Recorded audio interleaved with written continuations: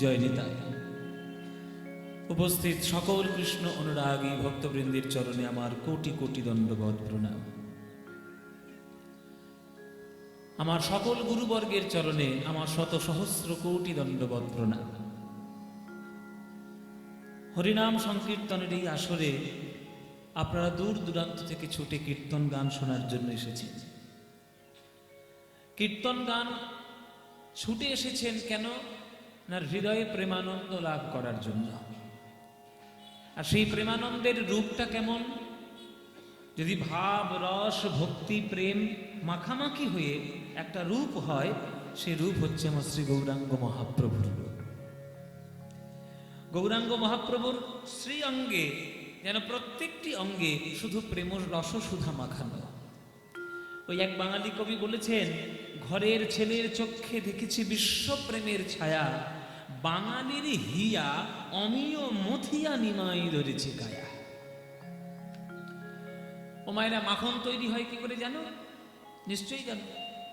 যারা ঘোষ তারা তো অবশ্যই জানবে। আমি যদিও ঘোষ নই, কিন্তু আমার ছোটবেলায় আমার মা মাখন তৈরি করতেন। আমাদের বাড়িতে একটা কালো গরু ছিল, ওই তাতে যতটুকুই দুধ হতো তার থেকে মাখন তৈরি হতো। কি করে মাখন তৈরি হয়? টক দই পেতে আর সেই হাঁড়ির মধ্যে জলের মধ্যে দিয়ে সে মন্থন দণ্ড থাকে না, এইরকম করে মন্থন করতে হয়। ওই টক দইটা জলের মধ্যে গুলে গিয়ে মন্থন হতে হতে ওর মধ্যে থেকে কণা কণা মাখন টুকরো টুকরো হয়ে বেরিয়ে আসে। এটা প্রাচীন দিনের পদ্ধতি। এখন তো নানান রকম উপায়ে মাখন তৈরি করা হয়, বিভিন্ন মেডিসিন বেরিয়ে গেছে। বলছে প্রত্যেকটি বাঙালির হৃদয়ে যা ভক্তি রয়েছে, সেই ভক্তিকে মন্থন করতে করতে যতটুকু প্রেমের কণা বেরিয়ে এসেছে, সেই সকল বাঙালির হৃদয়ের প্রেমের কণা দিয়ে নাকি আমার গৌরাঙ্গ মহাপ্রভুর দেহ তৈরি হয়েছে। বাঙালি কবির ধারণা যে মহাপ্রভুকে দেখলেই তো প্রেম হয়, আর কি দরকার প্রেম পাওয়ার জন্য? কোথায় খুঁজে খুঁজে বেড়াবে? একবার গৌরের দিকে তাকাও না, দেখবে তাকে দেখলেই তোমার প্রেম হৃদয়ের মধ্যে তৈরি হবে। কেন না তিনি হলেন আনন্দ লীলাগণ মূর্তি।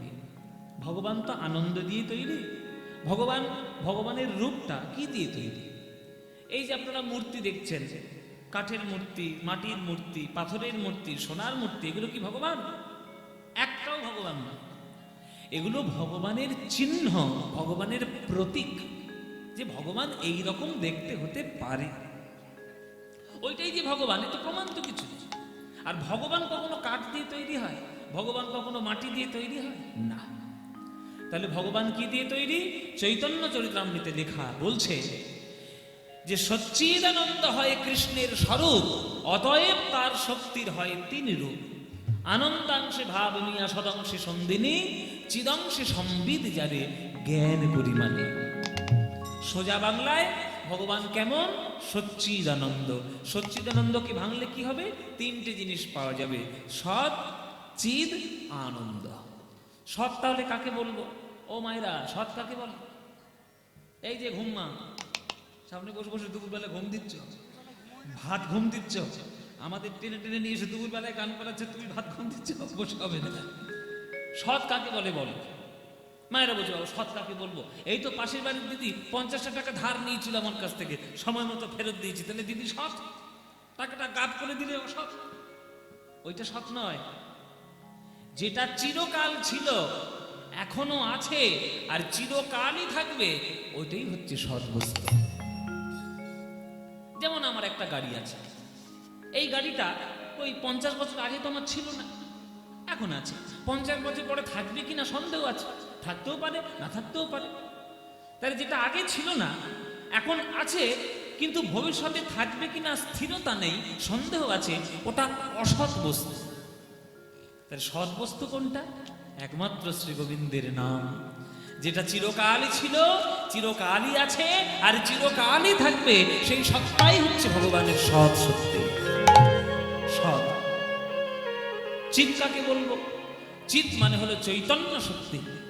চৈতন্য কেমন চৈতন্য? এই যেমন দেখেন মাইক্রোফোন, এই মাইকটার মধ্যে এই তারের মধ্য দিয়ে একটা কারেন্ট আসছে, ইলেকট্রিক প্রবাহ হচ্ছে। এই জন্য আমার কথাগুলি বক্সে জোরে জোরে শোনা যাচ্ছে। এই যে মাঝে মাঝে জেনারেটর অফ হয়ে যাচ্ছিল, তখন এ কাজ করছিল, সঙ্গের মতো দাঁড়িয়ে আছে, কোনো কাজ নেই। কেন? কারেন্ট নেই, কোনো শক্তি এর মধ্যে নেই, কোনো চৈতন্য এর মধ্যে নেই, মরার মতো দাঁড়িয়ে রয়েছে। আবার যেই কারেন্ট এলো আবার কথা জুড়ে হচ্ছে। তেমনি আমাদের দেহটার মধ্যেও একটা কারেন্ট আছে, যেটাকে আমরা শক্তি বলি, আত্মা বলি, যাই অনেকে অনেক রকম নাম বলে।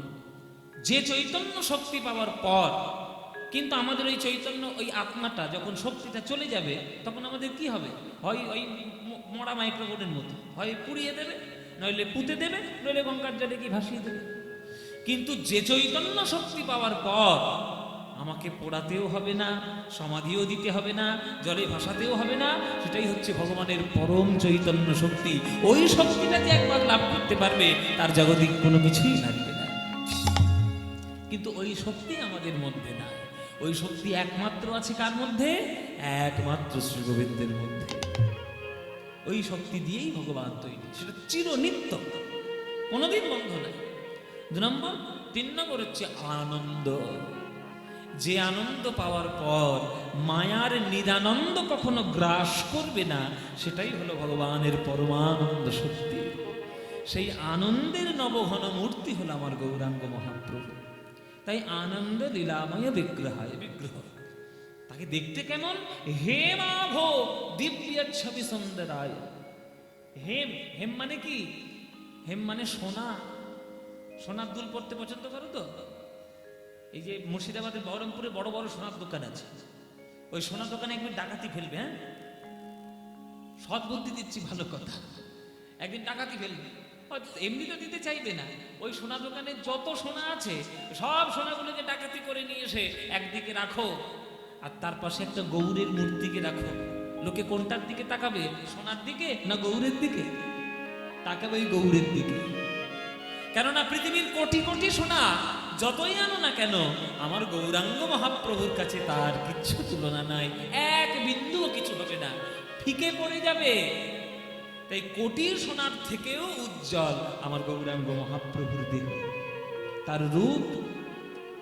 হেমাভ দিব্যচ্ছবি সুন্দরায় তস্মৈ মহাপ্রেম রস প্রদায়। তিনি মহাপ্রেম প্রদান করেন। আমাদের সনাতন শাস্ত্রে আমরা শুনেছি আমাদের বিভিন্ন রকম দেব দেবী আছে। মা মনসাকে ডাকে কেন? ঘরে যাতে সাপ না ঢোকে। সরস্বতীকে ডাকে কেন? পড়াশোনা জ্ঞান বুদ্ধি ভালো হয়। লক্ষ্মীকে ডাকে কেন? ব্যাংকে টাকা পয়সা যেতে পারে। কার্তিককে ডাকে কেন? যাতে ঘরে খোকা খুকি হয়, এই জন্যই ডাকে। গণেশকে ডাকে কেন? যাতে ওই ব্যবসাটা উন্নতি হয়। বিশ্বকর্মাকে ডাকে কেন? কলকারখানা যাতে ভালো হয়। প্রত্যেকটা দেব দেবীর একটা আলাদা আলাদা ডিপার্টমেন্ট আছে। কিন্তু সকল দেবদেবী আপনি যার কাছেই যান, গিয়ে চরণটা ধরে বলুন দেখি যে হে দেবতা বা হে দেবী, আমি কিচ্ছু চাই না, আমি কেবলমাত্র রাধা গোবিন্দের প্রেম চাই, মহাপ্রেম চাই। কারোর দেবার ক্ষমতা আছে? কারোর দেবার ক্ষমতা নেই। ওইটা দিতে পারে একমাত্র মহাপ্রভু। আপনি মহাপ্রভুর চরণ ধরুন, আলিঙ্গন করে বুকে জড়িয়ে ধরে এমন প্রেমে তোমায় ভাসিয়ে দেবে, সেই প্রেম পেয়ে তোমার চিরজীবন ধন্য হয়ে যাবে। তাই তিনি মহাপ্রেম প্রদান করেন। সে প্রেম জগতে কারোর দেওয়ার ক্ষমতা নাই। সেই চৈতন্য চন্দ্রকে আমি প্রণাম করি, সেই চৈতন্য চন্দ্রকে আমি আমার মাথায় রাখি। তাই মহাপ্রভু এমন আমাদের ভাগ্যে এসেছেন কলিযুগে, যে কত ভাগ্যর গুণে তবেই আমরা পেয়েছি আমার মহাপ্রভুকে। ওই জন্য কবি কি সুন্দর গানে লিখেছে, বলে ওই দেখো আমার গৌর যাচ্ছে, আর তাকে দেখে নদিয়া নাগরীর মনের মধ্যে কি হচ্ছে দেখো। আমার গৌর রতন করে যতন রাখবো হিয়ার মাঝে, গৌর ভূষণ করব ধারণ যেখানে যেমন সাজে। আমার গৌর রতন করে যতন রাখবো হিয়ার মাঝে, গৌর ভূষণ করব ধারণ যেখানে যেমন সাজে। আহা, গৌর মানে গৌর শব্দের অর্থ যেখানেই হলুদ দেখবো, যেখানেই গৌর বরণ দেখবো, সেখানেই আমার যেন গৌর হরিকেই খুঁজে পাচ্ছে। এই যে না, এর মধ্যে কিছু নেই, এর মধ্যে কিছু নেই। ওই পিসি মালা পিসি আমায় মালা দিলে তার মধ্যে কিছু একটা পাবো। যেখানেই হলুদ ফুল দেখবো সেখানেই আমার গৌরকে দেখবো। ওই দেখো হলুদ কাপড়, ওটা যেন আমার গৌর। ওই দেখো হলুদ রং, ওটাও যেন আমার গৌর। চারিদিকে যেখানেই গৌর বর্ণ সেখানেই যেন আমার গৌর হরি বিদ্যমান। আর যেটাই পরবো সেটাই যেন আমার গৌর বরণ হয়ে যায়। গৌর বরণ, গৌর ভূষণ করব ধারণ যেখানে যেমন। গৌর বরণ ফুলের ঝাপায় আমি নতুন বাঁধব চুলে। গৌর বরণ ফুলের ঝাপায় নতুন বাঁধব চুলে। গৌর বলে গরব করে পথেই যাব চলে। গৌর বলে গরব করে পথে যাব চলে। কি গো, ফাল ফাল করে আমার দিকে তাকিয়ে আছো কি? হ্যাঁ, তোমরা দেখছো কি সই? কি দেখছো আমার দিকে? আমার দিকে বেশি তাকিও না। আমার দিকে বেশি তাকালে আমার মতোই হয়ে যাবে। পাগলের সঙ্গে থাকলে পাগলই লোকে হয়। দেখবে মায়েরা, একটা তামার বাটি সোনার গয়নার সঙ্গে মিশিয়ে রেখে দাও, 10 বছর পর যদি তুমি ওই বাটিটা খুঁজে পাও তখন আর সেটা তামাটির বরণ থাকবে না, সে সোনার বরণ হয়ে যায়। সোনার সঙ্গে থাকতে থাকতে সেটাও হয়ে যায় সোনা। তাই পাগলের সঙ্গে থাকলে তুমিও পাগল হবে। আমি গৌর পাগল হয়েছি, আমার দিকে বেশি তাকিও না, তুমিও গৌর পাগল হবে। দেখছো কি সই গোরা রূপে আমার, আমার সকলই গেল ভেসে। তোমরা দেখছো কি সই গোরা রূপে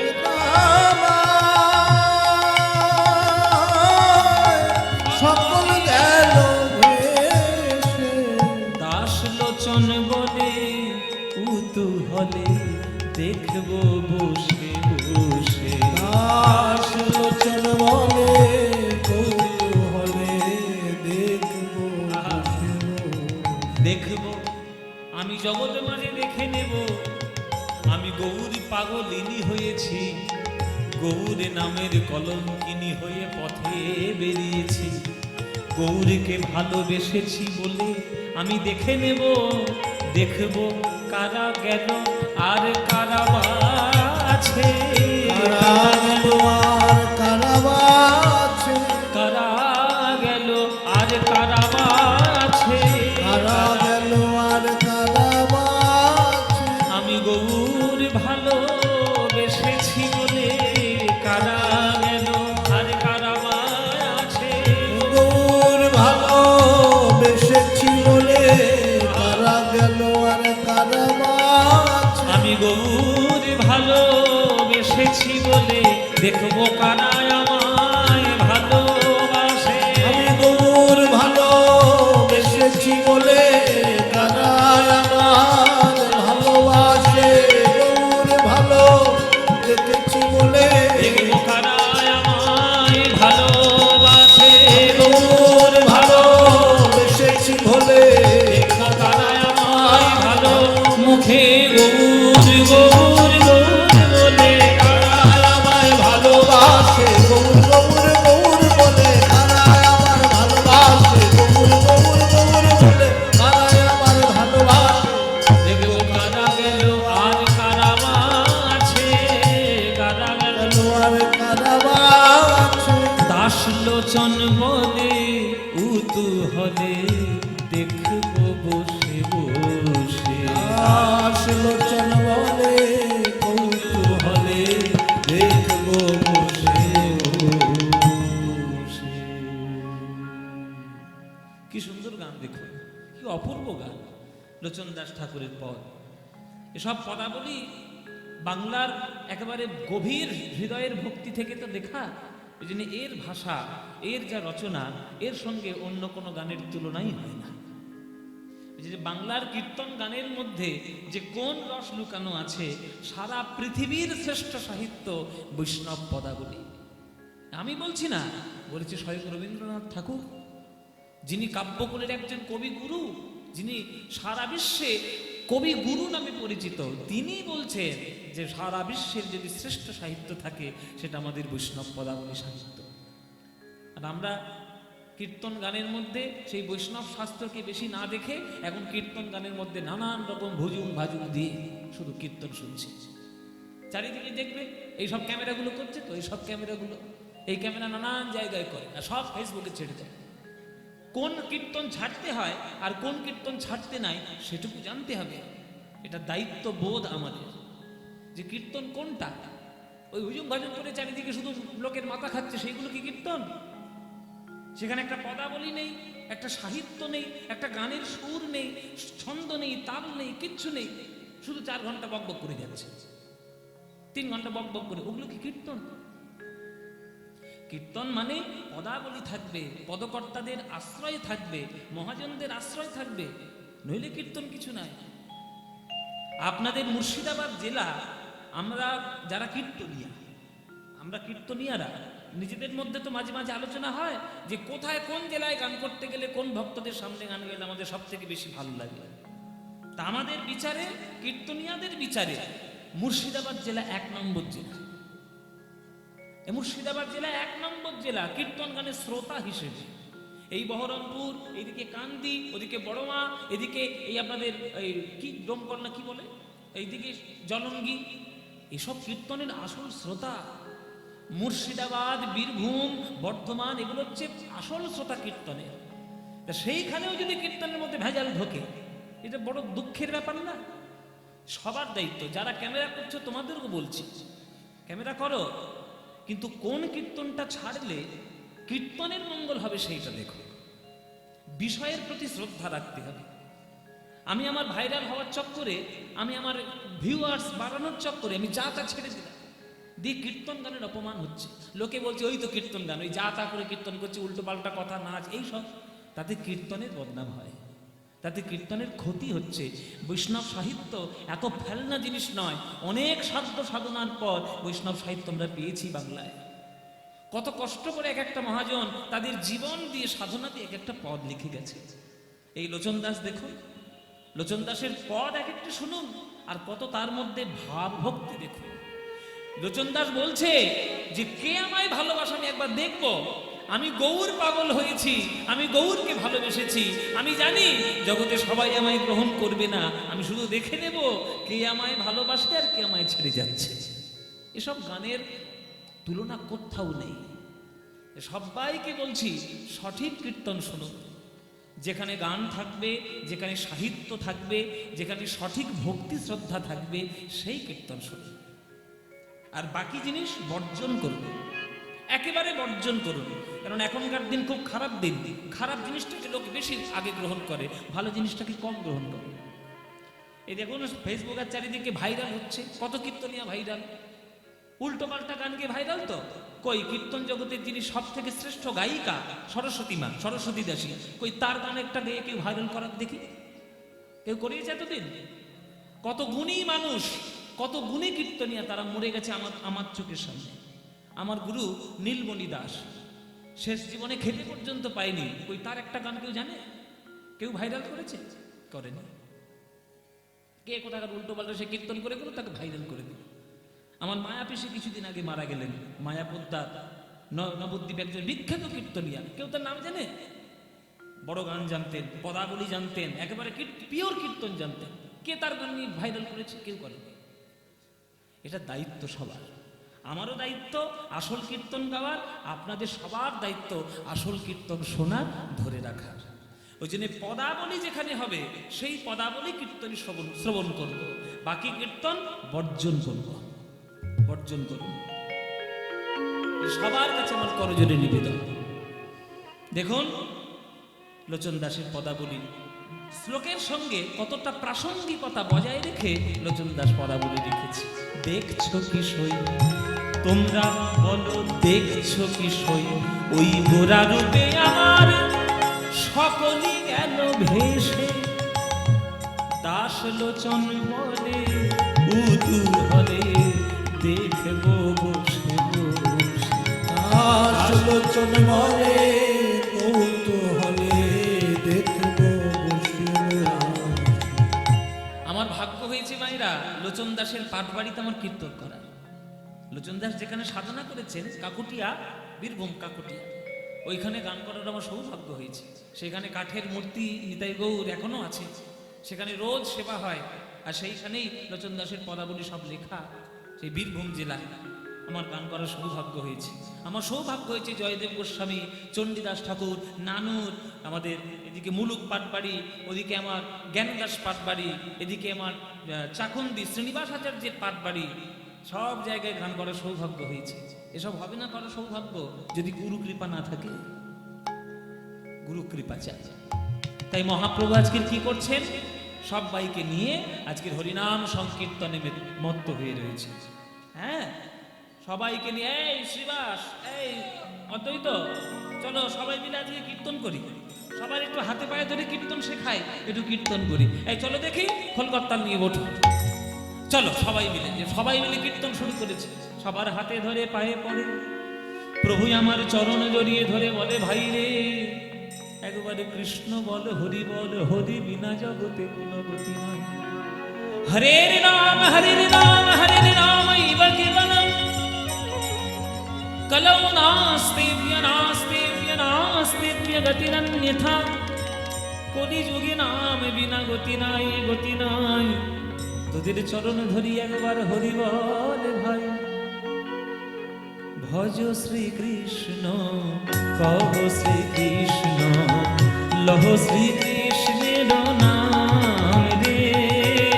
ভজ শ্রীকৃষ্ণ, কহ শ্রীকৃষ্ণ, লহ শ্রীকৃষ্ণের নাম রে। এই গানটা ভাল লাগে মাইনা? হ্যাঁ, সত্যি ভাল লাগে, সত্যি। সিরিয়ালের দিব্যি, এই দিব্যি না দিলে তো কথা শুনবে না, কি করবো? ভাল লাগে তো সিরিয়াল দিব্যি? ভালো লাগে? বলো, সিরিয়াল বেশি ভাল লাগে না এই গানটা বেশি ভাল লাগে? এই গানটা বেশি ভাল লাগে। তাহলে ভালো যখন বেসেছো, ভালো যখন বাসো, ভাত টাত খেয়েছো তো, হ্যাঁ, প্রসাদ সেবা করেছো তো, ব্যাস, তাহলে এমন জোরে জোরে এই গানটা গাইবে, এই রাস্তা যেন বন্ধ হয়ে যায়। গাইতে পারবে তো? চলো দেখি কেমন গাইতে পারো, শুনি। ভজ শ্রীকৃষ্ণ, কহ শ্রীকৃষ্ণ, লহ শ্রীকৃষ্ণের নাম রে। বলো, ভজ শ্রী।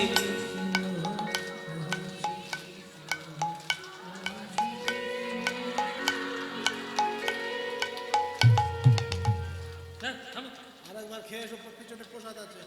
পিছনে প্রসাদ আছে, আরেকবার খেয়ে এসো। এই সামনের মা মোনা গাইছে, পিছনে বলে আমরা তো পিছনে আছি, আমাদের দেখতে পাবে। এই যে তোমরা ফাঁকিবাজি বিদ্যে শুরু করেছো, এই ফাঁকি। আচ্ছা সত্যি তোমরা ভালোবাসো এই ভজ শ্রীকৃষ্ণ, কহ শ্রীকৃষ্ণ, লহ শ্রীকৃষ্ণের নাম রে? এই গানটা তোমাদের যাদের যাদের ভালো লাগে না, একবার উলুধ্বনি দাও জোরে। এই প্রমাণ হয়ে গেল, এই প্রমাণ হয়ে গেছে,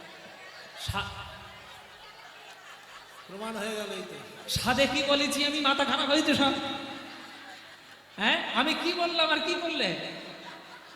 আমি বলেছি যাদের এই গানটা ভালো লাগে না তারা উলুধ্বনি দাও, উলুধ্বনি দিয়ে।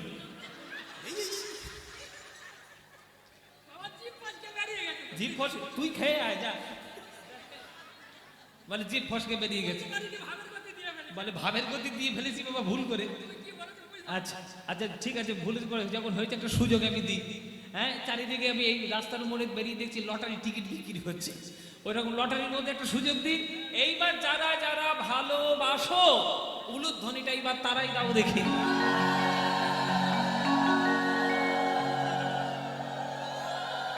না না ভালোবাসো, না না ভালোবাসো, ভুল করে দিয়ে ফেলেছে কি করবে? তাই ভালো যখন বাসো এবার তাহলে করতালি দিয়ে গাও, এবার প্রাণ খোলা গান গাও। ভজ শ্রীকৃষ্ণ, কহ শ্রীকৃষ্ণ, লহ শ্রীকৃষ্ণের নাম রে। বলো, ভজ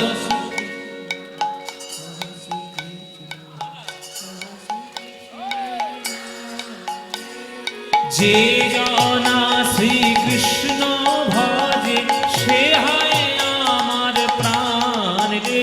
বলো, যে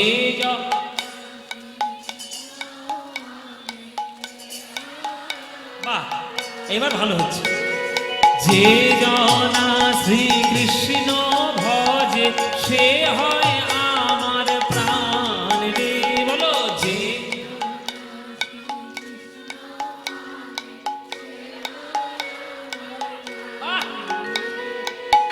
প্রভাত কালে হা শ্রীকৃষ্ণ যে বলে একবার রে, প্রভাত কালে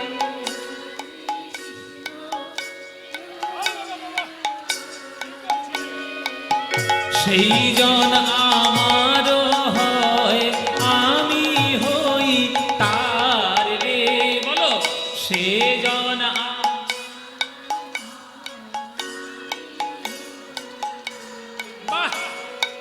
ভজ শ্রীকৃষ্ণ কহ শ্রীকৃষ্ণ, কহ শ্রীকৃষ্ণের নাম রে।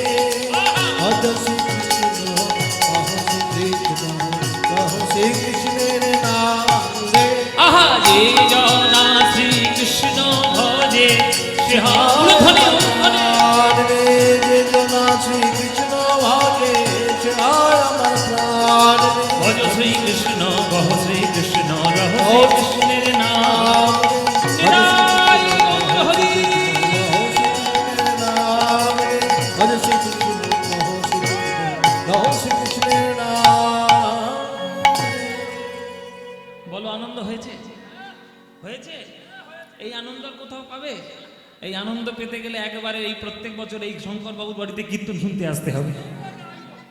হ্যাঁ ঠিক আছে। আজ নাচবে? এত ডান্স, বাংলা ডান্সে যাওয়ার ইচ্ছে, তাহলে সব নাচবে। আচ্ছা ঠিক আছে, শেষে হবে, শেষ একদম লাস্টে। আগে পাড়াটা ভালো করে করে নি, তারপরে শুনো। তাহলে এই গানে আনন্দ হলো তো? এই আনন্দ কীর্তনের মধ্যেই আছে, সারা পৃথিবীতে অন্য কোনো গানে নেই। কিছু মনে করবেন না, এখন তো পৃথিবীতে চারিদিকে বিভিন্ন ধরনের গান হোক, তাতে সমর্থন আছে, কোনো ব্যাপার না। ভালো গান হোক, ভালো চারিদিকে হোক, কিন্তু কিছু কিছু অনুষ্ঠানেও আমি দেখেছি, এমনকি বড় দুঃখের সঙ্গে বলছি, কীর্তনের কিছু কিছু আসরেও দেখেছি, সামনে হচ্ছে কীর্তন, পিছনে গিয়ে অখাদ্য কুখাদ্য খেয়ে বসে আছে। তাহলে একটা আসরের মধ্যে যদি এরকম তোমরা শুরু করো, তাহলে কীর্তনের মর্যাদা কি রইল? সঠিক কীর্তনে ভক্তি দিয়ে যে আনন্দ হয়, ভক্তি দিয়ে আপনি যে নাচটি করবেন, সেই নাচ গোবিন্দ দেখবে। ভক্তি দিয়ে যে গানটি গাইবেন, সেই গান গোবিন্দ শুনবে। কিন্তু যে যার মধ্যে ভেজাল হয়ে যাবে, আর গোবিন্দ সেটা গ্রহণ করবে না। কেননা ভক্তির মধ্যে ভেজাল গোবিন্দ পছন্দ করেন না। সুতরাং এই যে কীর্তনের মধ্যে আনন্দ হলো, এই আনন্দ আমরা কার থেকে পেয়েছি? মহাপ্রভুর থেকে। তাই মহাপ্রভু সবাইকে নিয়ে কীর্তন করছে, এই চলো সবাই মিলে কীর্তন করবো। সুরধুনি তীরে তীর মহাবিল সই, সমবয় বালক সঙ্গ। সুরধুনি তীরে তীর মহাবিল সই, সময় বালক সঙ্গ। সুরধুনি তীর মহাবিল সই, সময় বালক সঙ্গ। করতালে তালে ধ্বনিত হরি হরি ধ্বনি। কাল কালে ধ্বনিত হরি হরি ধ্বনি। করতালে তালে ধ্বনিত হরি হরি ধ্বনি। করতাল তালে ধ্বনিত হরি হরি। একবার হরি হরি বলো ভাই, একবার হরি হরি বল ভাই। এই নাম বিনা গতি নাই। হরি হরি বলো ভাই, এই নাম বিনা গতি নাই। হরি হরি বল ভাই। এই নামের মধ্যে আছে কানাই। হরি হরি বলো ভাই, এই নামের মধ্যে আছে কানা। হরি হরি বল ভাই। অগ করো তালে তালে ধ্বনিত হরি হরি ধ্বনি। করো তালে তালে তালে ধ্বনিত হরি হরি ধ্বনি। নাচত নট বড় ভঙ্গ। সুরধুনির তীরে তীর মহাবিল সই, সমবয় বালক সঙ্গ। সুরধুনির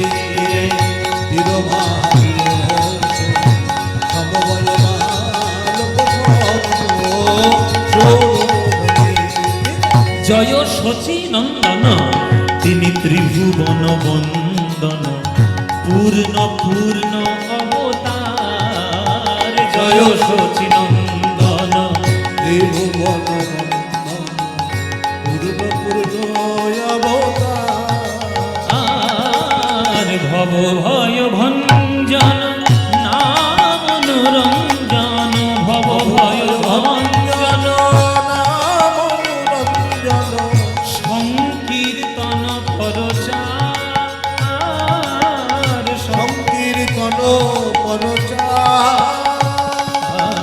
চম্পক গৌর প্রেম ভয়ে কম্পই চম্পক গৌর প্রেম ভয়ে কম্প ঝম্পই সহচর পুর ঝম্পই সহচর পুর ভাবই আকুল নয়ন যুগল ভাবই ওই ভাবই আকুল নয়ন যুগল ভাবই পঞ্জ নয়নে ঝরে লো পঞ্জ নয়নে ধনী ধনী ভাবিনী চতুরের শিরোমণি বিধগদ জীবন জীবন ধনী ধনী ভাবিনী চতুরের শিরোমণি জগত জীবন গোবিন্দ দাস এহেন রসে বঞ্চিত গোবিন্দ দাস হেন রাস বঞ্চিত কবহ শ্রবণে নাহি পিব কবহ সদনে নাহি পিব কবহ শ্রবণে নাহি পিব কবহ শ্রবণে পিব ধনী ধনী ভাবিনী চতুরের শিরোমণি বিধগদ জীবন জীবন গোবিন্দ দাস হেন রস বঞ্চিত কবহু শ্রবণে নাহি পিব গোবিন্দ দাসের লেখা পদ গৌরচন্দ্রিকার কবহু শ্রবণে নাহি পিব হে কবহু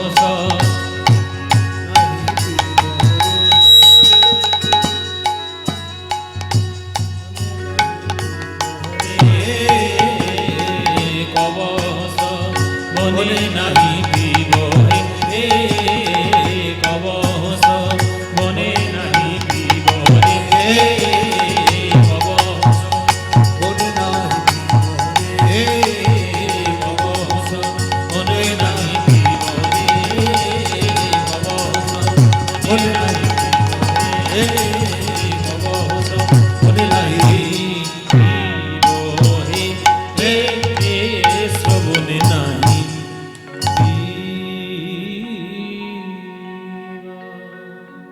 গৌরচন্দ্রিকা সমর্পণ হলো। এবার চলুন আমরা বৃন্দাবনে যাই। লীলা আজকে কি হবে আপনাদের কাগজে লেখাই আছে, আপনারা বুঝতে পেরেছেন, পড়েও নিয়েছেন। লীলা হবে ব্রহ্ম মোহন লীলা।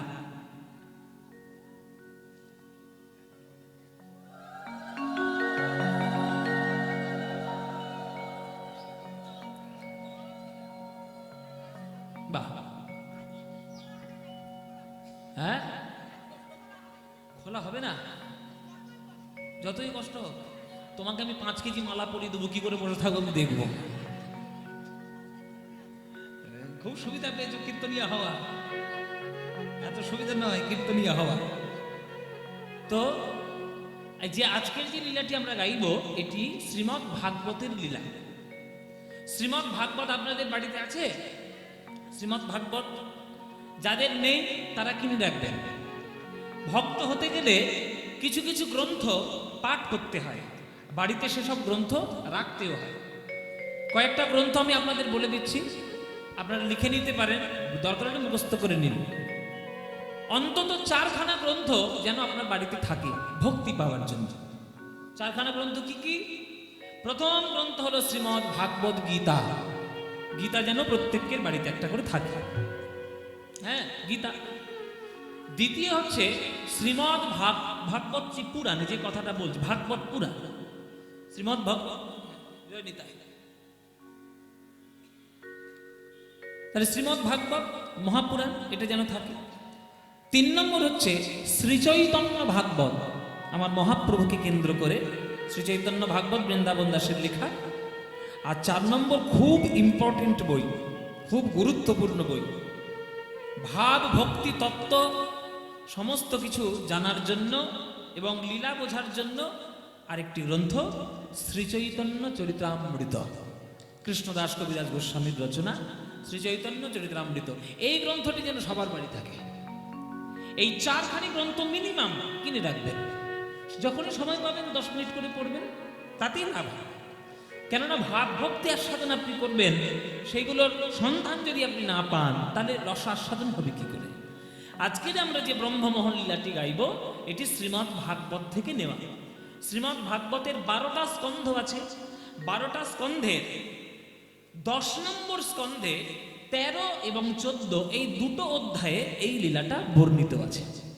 13, 14 এই দুটো অধ্যায়। লীলাটার নামও লেখা আছে ব্রহ্মমোহন, তাই আমরা লিখেছি ব্রহ্মমোহন। সেই ব্রহ্মমোহন লীলা আজকে আমরা সাধন করব শ্রীধাম বৃন্দাবনে। চলুন তাহলে সবাই মিলে আমরা একটু বৃন্দাবনে যাই। বৃন্দাবনে যখনই যাব, এখন আছি আমরা গঙ্গার পাড়ে। দেখুন এটাও একটা গঙ্গার পাড়, আপনাদের বহরম্ভ। আমরা আছি গঙ্গার পাড়ে, নবদ্বীপ গঙ্গার পাড়ে, তাহলে দুটোই গঙ্গার পাড়ে। এবার যাব আমরা কোথায়? যমুনার পাড়ে। বৃন্দাবন হচ্ছে যমুনার পাড়ে। চলো তাহলে বৃন্দাবনে আমরা যাব যখন, একটা হিন্দি ভজন গাইতে গাইতে যাব। কি গাইবো নাকি? গাইবো না, একটা ভজন গাই।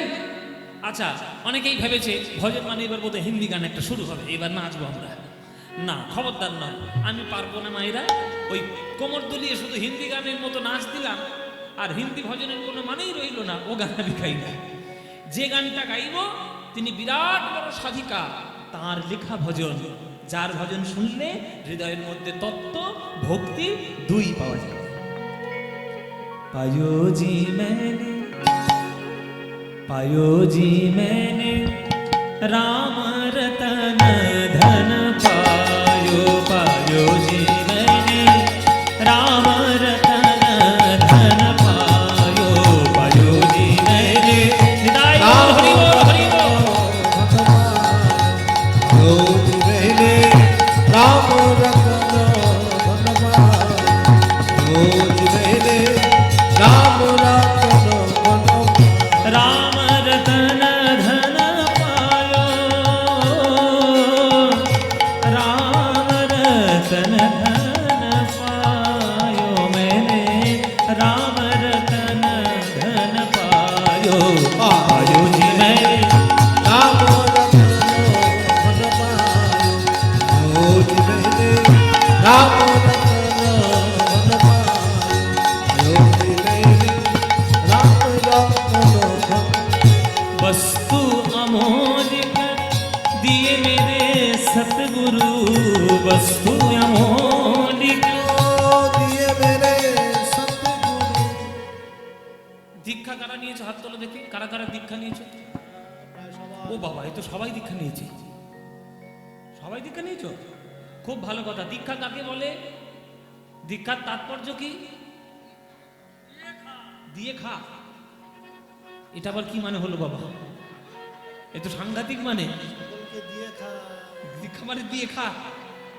আচ্ছা, জানি না বাবা এটার তত্ত্ব কি, তাৎপর্য কি। আমার যেটা জানা আছে সেটা আপনাদের বলি। শুনুন, একটা পাথরের মন্দিরে বা বড় মন্দিরে যেমন একটা বিগ্রহ প্রতিষ্ঠা হয়, একটা সোনার মন্দিরে সোনার বিগ্রহ প্রতিষ্ঠা হয়, তেমনি আমাদের দেহটাও হলো একটা মন্দির। এই দেহ মন্দিরের মধ্যে তো পাথরের মূর্তি বসানো যাবে না, সোনার মূর্তি, রূপোর মূর্তি, কাঠের মূর্তি তো বসানো যাবে না। তাহলে কি বসানো যেতে পারে? গুরুদেবের কাছে মন্ত্র দিয়ে ভগবানের একটা বিগ্রহ তৈরি করা আছে। ওই মন্ত্ররূপী বিগ্রহ দেহ রূপ মন্দিরের মধ্যে প্রতিষ্ঠা করার নামই হলো গুরুচরণে দীক্ষা গ্রহণ করা। কি বললাম ভালো করে বুঝে নিন। মন্ত্ররূপী বিগ্রহ দেহ মন্দিরের মধ্যে প্রতিষ্ঠা করার নামই হলো দীক্ষা। আপনি যখন গুরুদেবের কাছে যাবেন, কানে তো একটা বীজ মন্ত্র দেবে, দেয় না? ওই মন্ত্রটা হচ্ছে এমন একটি মন্ত্র, এই মন্ত্রগুলো আচার্যদের থেকে গুরু পরম্পরা ক্রমে গুরুর কাছেই আছে। এই মন্ত্র আপনি কিন্তু ওই শাস্ত্রে পাবেন না, আর ওই আপনি কোনো গ্রন্থে পাবেন না। ওই মন্ত্র গুরুর কাছেই পাবেন। আপনার কানে যে মন্ত্রটি দিয়েছে গুরু, ওটা গুরু পরম্পরাক্রমে ওই মন্ত্র চলে আসছে। ওই মন্ত্রটি যদি আপনি বিগ্রহ রূপ মনে করে, ভগবানের রূপ মনে করে ওই মন্ত্ররূপী অদৃশ্য বিগ্রহটি দেহ মন্দিরের মধ্যে প্রতিষ্ঠা করেন, সেটাই হলো গুরুচরণে দীক্ষা গ্রহণ করা। এইবার কথা হলো, যখন কাঁচা হিরে ওই খনি থেকে পাওয়া যায়, হীরের খনি থেকে, তখন দেখবে তার মধ্যে চকচকে কিচ্ছু থাকে না, সে কষ্টা একেবারে কালো কালো টাইপ। কিন্তু ওইটাই যখন জহুরির কাছে পড়বে, রত্নকারের কাছে পড়বে, ঘষা মাজা করে এমন চকচকে করে দেবে না, ওইটারই দাম তখন লক্ষ লক্ষ টাকা হয়ে যাবে। দেখবেন কানে যখন গুরুদেব দীক্ষা মন্ত্র দিল, ওইটা জপতে বেশ ভালো লাগে না, ওই কষা কষা হতো। কিন্তু যে ভক্ত ওই কাঁচা হিরেটাকে সাধন ভজন করার মাধ্যমে ওটাকেই চকচকে করতে পারবে, তাকে দেখার জন্য লোক আকুলি বিকুলি হয়ে ছুটে যাবে, চরণটা জড়িয়ে ধরবে।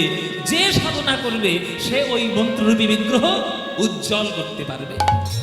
তাই দেখুন ভজনের মধ্যেও তাই লেখা, বস্তু অমৌলিক দিয়ে মেরে সতগুরু, অমূল্য বস্তু দিয়েছেন আমার গুরুদেব। কিসের বিনিময়ে? কোনো টাকা পয়সার বিনিময়ে নয়।